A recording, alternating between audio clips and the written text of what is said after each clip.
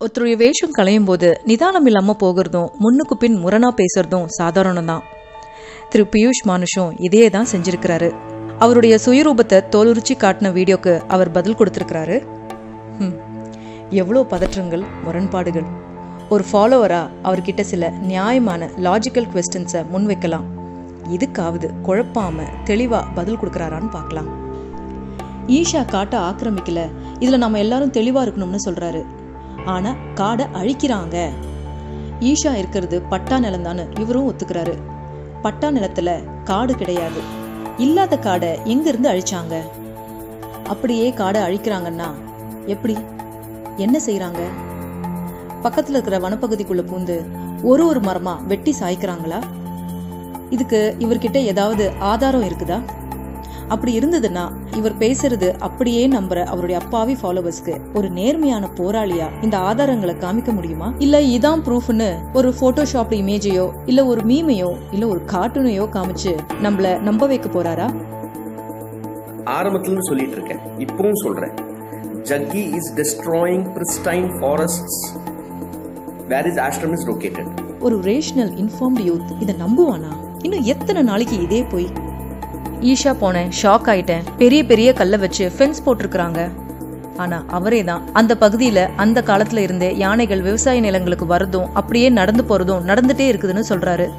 மஞ்சள் கரும்பு விவசாயம் நடந்ததும் மக்கள் மாட்டுக்கு போயிட்டு இருப்பாங்க, யானை மாட்டுக்கு போயிட்டு இருக்கோம், வந்துட்டு இருக்கோம். இப்படி இருக்கும்போது அங்க இருக்கிற மக்கள் அவங்க உயிரையும் பயிரையும் பாதுகாக்கிறதுக்கு வேலியோ செவரோ கட்டிக்கிறதுல என்ன தப்பு? ஒருத்தர் தான் முறைப்படி வாங்கின இடத்தை எப்படி உபயோகிக்கணும்னு சொல்றதுக்கு இவர் யாரு? இல்ல இனிமேல் யார் நிலம் வாங்கி வீடு கட்டினாலும் இல்ல பில்டிங் கட்டினாலும் திரு பியூஷ் மானுஷ் அவர்கள்கிட்ட தனியா ஒரு ஸ்பெஷல் பெர்மிஷன் வாங்கணுமா?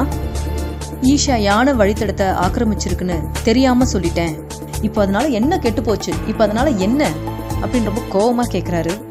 ஒரு கமெண்ட்ல பை சான்ஸ் காரிடார் சொல்லிட்டாலும் அதுக்கு என்ன ஆச்சா? இப்போ இல்ல என்னன்னு கேக்குறேன், என்ன ஆச்சு? நான் எலிஃபென்ட் காரிடார் சொல்லிட்டேன், சரி அது இல்ல, அப்ப அதுக்கு என்னவா?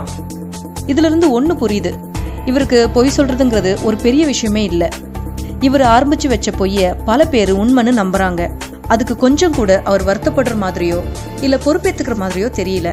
தெரியாத ஒரு விஷயத்த பத்தி இப்படி முதல்ல பேசலாமா? ஒருத்தரை பத்தி ஒரு குற்றச்சாட்டு வைக்கும் போது அது உண்மைதானான்னு அலசி பாக்குற ஒரு பக்குவம் கூட இல்லாத மனிதரா திரு பியூஷ்? இவர் போடுற போஸ்ட அப்படியே நம்பி அதை ஷேர் பண்ற நாம எல்லாரும் அப்ப முட்டாளா? WWF world wild life fund release பண்ண ரிப்போர்ட்ல ரொம்ப கிளியரா மென்ஷன் பண்ணிருக்குது, ஈஷா பிரிஸ்டீன் எலிஃபென்ட் ஹேபிடேட்ல இருக்கிறதா சொல்றாரு. வேர்ல்ட் வைல்ட் லைஃப் ரிப்போர்ட் என்கிட்ட இருக்கு. அந்த ரிப்போர்ட்ல ரொம்ப தெளிவா எலிஃபென்ட் காரிடார்ஸும் மார்க் பண்ணிருக்கு, ஹேபிடேட்டும் மார்க் பண்ணிருக்கு. எல்லாத்துலயும் நீ மாற்றாதுல. மரியாதைக்குரிய திரு பியூஷ், வேற எந்த கேள்விக்கும் பதில் சொல்லனாலும் பரவாயில்ல, இந்த ஒரு கேள்விக்கு பதில் சொல்வாரா? அவர் வச்சிருக்கிற அந்த WWF ரிப்போர்ட்ல ஈஷான்னு மென்ஷன் பண்ணிருக்கிற அந்த செக்மெண்ட்டை காமிக்க முடியுமா? சரி, அவர் தேடிட்டு இருக்கிற டைம்ல நம்ம கொஞ்சம் ஃபேக்ட்ஸ் என்னன்னு பார்க்கலாம். இது வரைக்கும் 2 டாக்குமெண்ட்ஸ் தான் யானைகளுடைய நலனுக்காகவும் பாதுகாப்புக்காகவும் கவர்மெண்ட் அத்தாரிட்டிஸ் ரிலீஸ் பண்ணிருக்காங்க. ஒன்னு WTI wild life trust of India 2017ல ரிலீஸ் பண்ண ரைட் ஆஃப் பேசேஜ் ரிப்போர்ட். இன்னொன்னு 2010ல union environment and forest ministry release பண்ண கஜா ரிப்போர்ட்.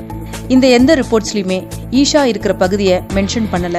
சரி, பியூஷ் வச்சிருக்கிற அந்த WWF ரிப்போர்ட்ல மட்டும் ஈஷா பிரிஸ்டீன் எலிஃபென்ட் ஹேபிடேட்ல இருக்கிறதா மென்ஷன் பண்ணிருக்காங்களாம். அந்த ப்ரூஃபுக்காக நாம வெயிட் பண்ணுவோம். வேர்ல்ட் வைல்ட் லைஃப் ரிப்போர்ட் என்கிட்ட இருக்கு.